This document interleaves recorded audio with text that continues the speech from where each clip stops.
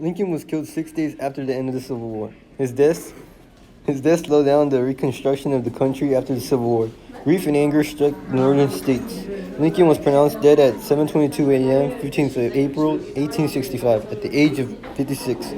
Abraham Lincoln was arguably one of the best presidents of all time. Lincoln was killed by John Wilkes Booth, an actor at the time, who was livid with Lincoln for abolishing slavery.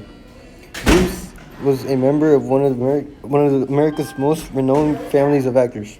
At around 10:15 a.m., Booth snuck into the box and shot Lincoln with his .44 pistol, hitting him in the back of the head. The crowd initially interpreted the drama as part of the production, but the scream of the First Lady, Mary Todd, alerted them. About 6 days later, Union troops surrounded a barn in Virginia where Booth had taken refuge. He was flushed out by a fire by Union troops before being shot in the neck by a Union sergeant. I actually do.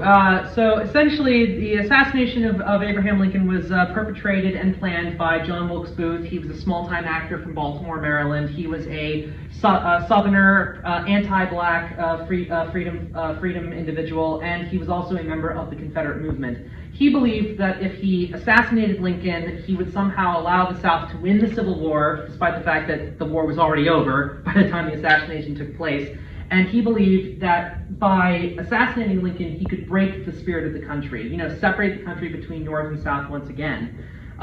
Essentially, for weeks, he and his buddies, his perpetrators, they planned out the assassination. It wasn't just Lincoln, by the way. They wanted to kill the Secretary of State Seward. They wanted to kill Vice President Andrew Johnson. They had a lot of people on their hit list.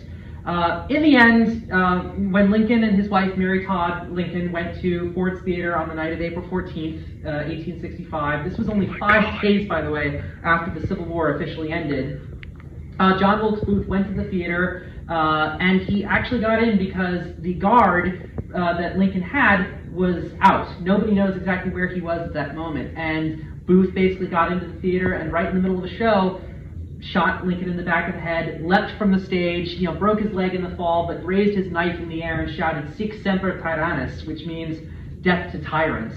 Eventually, he was captured. He was actually captured and killed by U.S. military forces about 3 weeks later, and the rest of his conspirators were actually all executed for treason.